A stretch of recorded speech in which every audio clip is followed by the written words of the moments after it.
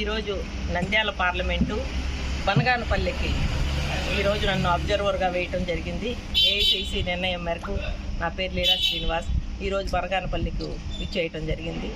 అదేవిధంగా మా కాంగ్రెస్ అభ్యర్థిని బాలపుల్లయ్య గారిని బనగానపల్లి అభ్యర్థిగా నిర్ణయించడం జరిగింది. అదేవిధంగా మాకు మా నంద్యాలకి ఎంపీ అభ్యర్థిగా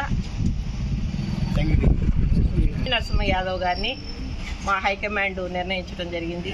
అదేవిధంగా రాష్ట్ర ప్రజలందరూ కూడా గమనిస్తున్నారు. ఇప్పుడుండే వైసీపీ ప్రభుత్వం చేసిన వైఫల్యాలన్నీ కూడా నిలదీస్తున్నారు.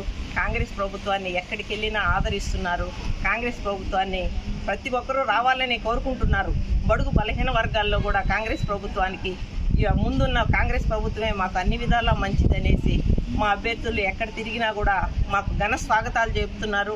రాబోయే రోజుల్లో కాంగ్రెస్ ప్రభుత్వం ఇండియా కూటమితో నేషనల్లో మేము కాంగ్రెస్ ప్రభుత్వాన్ని రాహుల్ గాంధీ ప్రధానమంత్రిగా చేసుకుంటాము. అదేవిధంగా మంచి ఓట్ బ్యాంకుతో మా అభ్యర్థులు అందరూ కూడా విజయం సాధిస్తారని మేము సకల విధాలా కృషి చేస్తూ బనగానపల్లిలో అత్యధిక మెజార్టీతో బాలపుల్లయ్య గారికి ఓట్లేసి నాయకులందరూ ప్రజలందరూ ఓట్లేసి వేపించి ప్రజలందరూ కూడా కాంగ్రెస్ పార్టీని ఆదరించాలని మనస్ఫూర్తిగా కోరుకుంటున్నాను.